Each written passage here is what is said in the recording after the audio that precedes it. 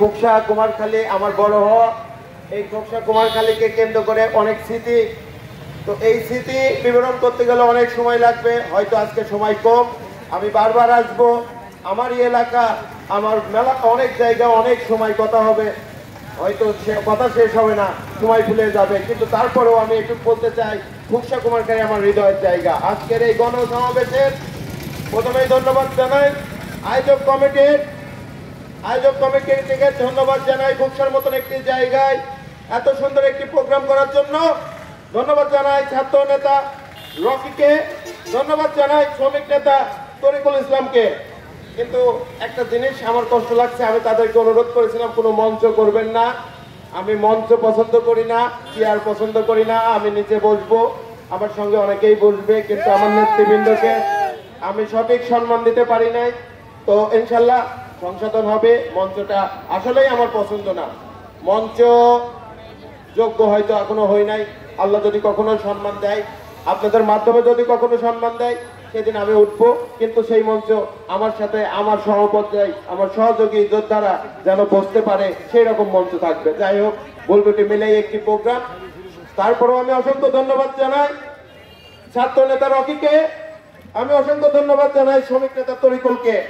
প্রিয় বন্ধুগণ, আসলে বক্তব্য আমার স্যারের পরে আমার কুষ্টিয়া জেলা গণ অধিকার পরিষদের সংগ্রামী সাধারণ সম্পাদক খালেকুজ্জামান স্যারের পরে বক্তব্য কিছু থাকে না। উনি অনেক সুন্দর গুছিয়ে কথা বলেন, সেই কথাগুলো প্রত্যেকের হৃদয়ে স্পন্দনে লেগে যায়। তারপরেও কিছু কথা তো বলতেই হয়। উপস্থিত আছেন যুব নেতা জিলাস খান, কুষ্টিয়া জেলা যুব সম্রাট, আমাদের সকলের খুব প্রাণপ্রিয় এবং সাংগঠনিক যুব নেতা জনাব জিলাস খান, আহ্বায়ক কুষ্টিয়া জেলা যুব অধিকার পরিষদ। উপস্থিত আছেন যুব অধিকার পরিষদের সদস্য সচিব মিনহাজুল খন্দকার পাপ্পু, সংগ্রামী সদস্য সচিব কুষ্টিয়া জেলা যুব অধিকার পরিষদ। উপস্থিত আছেন জিয়াউর রহমান জিয়া, যুগ্ম আহ্বায়ক কুষ্টিয়া জেলা যুব অধিকার পরিষদ। উপস্থিত আছেন এই যে জুলাই বিপ্লবের কুষ্টিয়ার দুইজন সমন্বয়ক ছাত্র নেতা বিপ্লব হোসেন বিপুল, যে এই যুদ্ধের সবচেয়ে বেশি ভয়ঙ্কর সময় পান করেছে এবং মানুষের মধ্যে যুদ্ধকে প্রতিফলন করার জন্য সমন্বয় কাজ করেছে। সেই বিপ্লব ছাত্র আন্দোলনে যার ভূমিকা কুষ্টিয়া জেলায় সবচেয়ে বেশি, আরেকজন সমন্বয়ক রাজিদুল ইসলাম, যাদের ভূমিকা অত্যন্ত বেশি। রাজিদুল ও বিপ্লব। উপস্থিত আছেন শ্রমিক অধিকার পরিষদের সংগ্রামী আহ্বায়ক মিলন মালিতা ভাই। উপস্থিত আছেন আমার কুমারখালীর সন্তান, ঢাকা মহানগর উত্তরের যুব নেতা জয়নাল ভাই। উপস্থিত আছেন আমাদের কুমারখালী খোকসার ছাত্র নেতৃবৃন্দ, কুমারখালী থেকে আগত কুমারখালী গণ অধিকার পরিষদের নেতা মুক্তার হোসেন। উপস্থিত আছেন কুমারখালী গণ অধিকার পরিষদের নেতা আমার চাচা খোকন চাচা। উপস্থিত আছেন কুমারখালী যুব অধিকার পরিষদের সংগ্রামী নেতা জিল্লু খান। উপস্থিত আছেন কুমারখালী যুব অধিকার পরিষদের সংগ্রামী নেতা লুটরব আহমেদ, আমার বন্ধুবর, খুবই পরিশ্রমী নেতা তুষার। উপস্থিত আছেন ছাত্র নেতৃবৃন্দ। উপস্থিত আছেন আমার আজকের অনুষ্ঠান যে সুন্দর করেছে, যার বক্তব্য, যার আগুন ধরা বক্তব্য, যার স্লোগান মাস্টার বলা হয়, অনেক পরিশ্রমী, কুষ্টিয়া জেলায় অন্যায়ের বিপক্ষে 16 বছর পথ চলেছে। আমাদের আজকের অনুষ্ঠানের পরিচালনা করছেন কুষ্টিয়া গণ অধিকার পরিষদ শহর কমিটির সংগ্রামী আহ্বায়ক, সাবেক ভিপি, সাবেক ছাত্র নেতা জনাব রঞ্জু ভাই। উপস্থিত আছেন আজকের অনুষ্ঠানে কুষ্টিয়া শহর গণ অধিকার পরিষদের সংগ্রামী সদস্য সচিব, অত্যন্ত পরিশ্রমী নেতা জনাব সাব্বির আহমেদ, আমার বন্ধুবর সহ হয়তো সময়ের অপেক্ষা। উপস্থিত আছেন নন্দরাপুর ইউনিয়নের গণনেতা সালাম সহ বিভিন্ন নেতৃবৃন্দ, সাংবাদিক ভাইরা, পুলিশ ভাইরা। উপস্থিত আছেন ছাত্র নেতা শাওন সহ, হয়তো নাম বলতে ভুলে যাচ্ছি, ক্ষমার দৃষ্টিতে দেখবেন, সময় কম।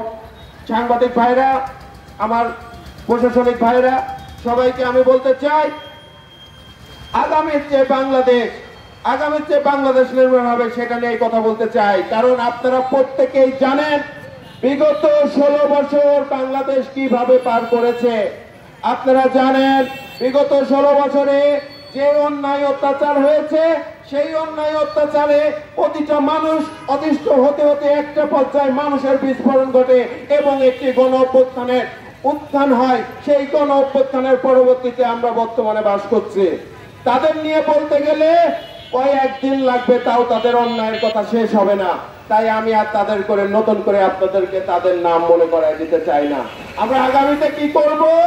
আমরা আগামীর পরিকল্পনা বাংলাদেশ তথাকথিত খুকসা কুমারখালী কিভাবে গঠন করব, গণ অধিকার পরিষদের পরিকল্পনা, বিপিন নূর ভাইয়ের পরিকল্পনা, আমাদের নেতৃবৃন্দর পরিকল্পনা নিয়ে কিছু কথা বলতে চাই। বন্ধুগণ, এই খুকসা উপজেলা একটি ঐতিহ্যবাহী উপজেলা।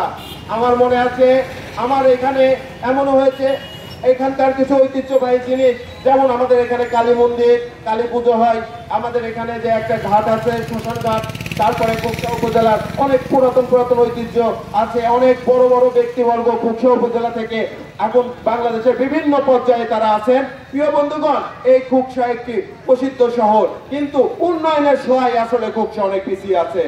এই খুকসা শহর ইনশাল্লাহ আমি কথা দিতে চাচ্ছি বাংলাদেশের মডেল একটি থানা হিসাবে আগামীতে প্রতিষ্ঠিত হবে, যদি আপনারা আমাকে আপনাদের ভোট দিয়ে জয়যুক্ত করতে পারেন।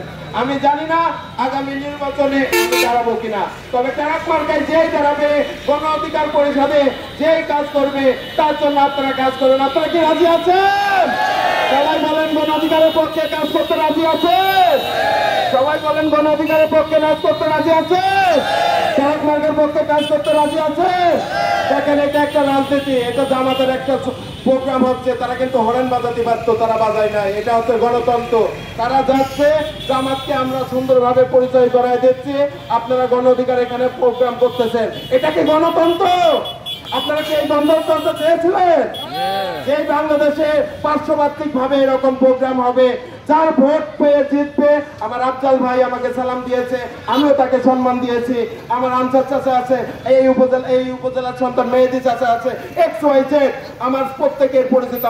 আমি ছাত্র রাজনীতি করেছি, আমি মামলা খেয়েছি 22টা। আমি ঢাকাতে যখন ভুলে গিয়েছি এই জুলাই মাসের যুদ্ধে, তখন আমি মারা যাচ্ছিলাম, আমার চোখে অন্ধকার হয়ে যাচ্ছে, এই চোখটা বন্ধ হয়ে যাচ্ছে, আমি চোখটা বারবার খোলার চেষ্টা করতেছি। আমি আমাকে বলতেছি ইতিহাস তোকে তাকাতে হবে, তোর অনেক কাজ। আমার 3টা বুলেট লেগেছে, রাবার বুলেট না, তাজা বুলেট, এই শরীরে এই ক্ষত নিয়ে ঘুরতেছি। আমি মারা যাচ্ছি, তখন মনে হচ্ছে না আমার কিছু কাজ বাকি আছে, আমার মারা যাওয়া চলবে না। আমি আল্লাহর কাছে বলতেছি, আল্লাহ তুমি কি আমাকে নিয়ে যাবা? আমি তো জানি না আমি বাঁচবো কি মরবো, তবে আমি বেঁচে যদি থাকি সেটা হবে আমার পুনর জীবন। আর পুনর জীবনের প্রতিটা মুহূর্ত, প্রতিটা সেকেন্ড আমি জনগণের জন্য কাজ করবো ইনশাআল্লাহ। কারণ আমি তো মারাই গেছি।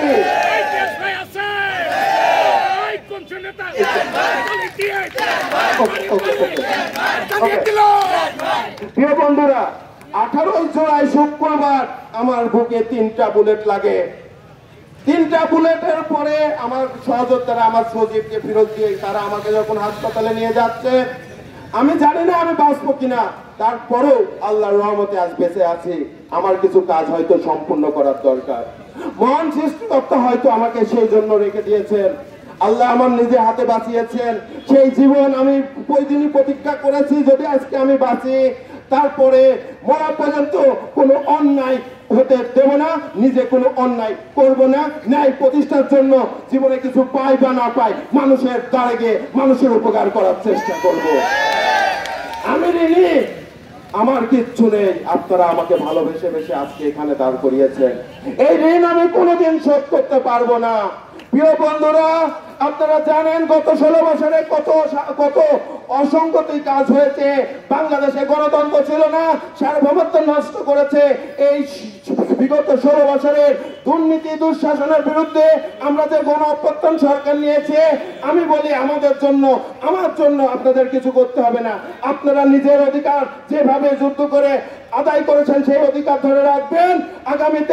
আগামীতে কোনো ব্যবসায়ী ভাই যেন চাঁদা দিতে না হয়, আগামী আপনার বোন কলেজে যেন নিঃসন্দেহে নিশ্চিন্তায় যেতে পারে, আগামী যেন ঘুষ বাণিজ্যে চাকরি না হয়, আগামীর বাংলাদেশে যেন দুর্নীতি না হয়, সেই দিকে আপনারা লক্ষ্য করবেন। আপনারা কি কথা দিচ্ছেন সেই দিকে লক্ষ্য রাখবেন? মানে আমার জন্য কিছু করতে হবে না, আপনার অধিকার বাস্তবায়নের জন্য আপনারা কাজ করবেন, দেখবেন রাজপথে আমাকে পেয়ে গেছেন, আমি অটোমেটিক আপনাদের সামনে থাকবো। কারণ আমি যে ন্যায় কথা নিয়ে পড়ে থাকি না, আমি যে ন্যায় কথা বাস্তবায়নের জন্য সবসময় লড়াই করি, শুধু মুখে বলি না। তো এই লড়াইয়ে আপনাদেরকে আমি পাশে পাবো। আগামীতে টেরাক মার্কা, গণ অধিকার পরিষদের মার্কা, বিপিন নূরের মার্কা, ফুকসা কুমার খালিদ, এই টেরাক প্রতীকে যে ক্যান্ডিডেট হবে তাকে কি ভোট দিবেন? আপনারা কি ঐক্যবদ্ধ আছেন? আগামীতে বাংলাদেশে যে কোনো অন্যায় বিরুদ্ধে নতুন যেন আর স্বৈরাচার জন্ম না হয়, আমি একটা স্ট্যাটাস দিয়েছি, আমরা স্বৈরাচার ধ্বংস করে থামি নাই, স্বৈরাচার নিপাত করতে হবে, নতুন কোন স্বৈরাচার আর জন্ম নিতে দেব না। প্রিয় বন্ধুরা, আপনাদের আরেকটা কথা বলি, আমি কিন্তু ওই বিল্ডিং থেকে নামি নাই, আমি আপনাদের মতো খেটে খাওয়া একজন মানুষ, আমি সোনার চামচ নিয়ে পৃথিবীতে আসি নাই। তবে আমি এইটুকু জিনিস আপনাদের বলতে চাই, আগামীতে কোনো অন্যায় করতে দেব না। এই খেটে খাওয়া মানুষ, এই শ্রমজীবী মানুষের ন্যায় প্রতিষ্ঠার জন্য আমি আমার জীবনের সবটুকুই দেব, কেননা আমি বেঁচে আছি, এটা তো বোনাস। আমি আপনাদের বলেছি না, সেই 18 জুলাই তো আমি মারা গেছি, যখন ঢাকা বাড্ডা থেকে আমার গায়ে গুলি লাগে তখনই তো আমার জীবন শেষ, তারপরেও বেঁচে আছি। প্রিয় বন্ধুরা, আপনাদের জন্য কিছু করার। প্রিয় বন্ধুরা, আমি একটা কথা বলতে চাই, আমি বারবার জেলে যেতে চাই, যে কোনো অন্যায় তাও মাথাগত করি নাই। বিগত দিনে আমি 13 বার জেলে গিয়েছি, 22টা মামলার আসামি হয়েছে, বুলেট খেয়েছি, রাজপথে ছিলাম, একদিনের জন্য রাজপথ থেকে উঠি নাই। নতুন কোন যদি স্বৈরাচার জন্ম নিতে চাই, নতুন যদি কেউ অন্যায় হয়, আমি আবারও রাজপথে থাকবো, উঠবো না, উঠবো না, উঠবো না। ন্যায় প্রতিষ্ঠা আমার লক্ষ্য, কুমারখালী খুকসা পুনর্গঠন করা আমার লক্ষ্য, এই লক্ষ্যে আমি কখনো পিছপা হব না। আপনাদেরকে অসংখ্য ধন্যবাদ জানাই আমার বক্তব্য শোনার জন্য, এখানে উপস্থিত হওয়ার জন্য। আসসালামু আলাইকুম।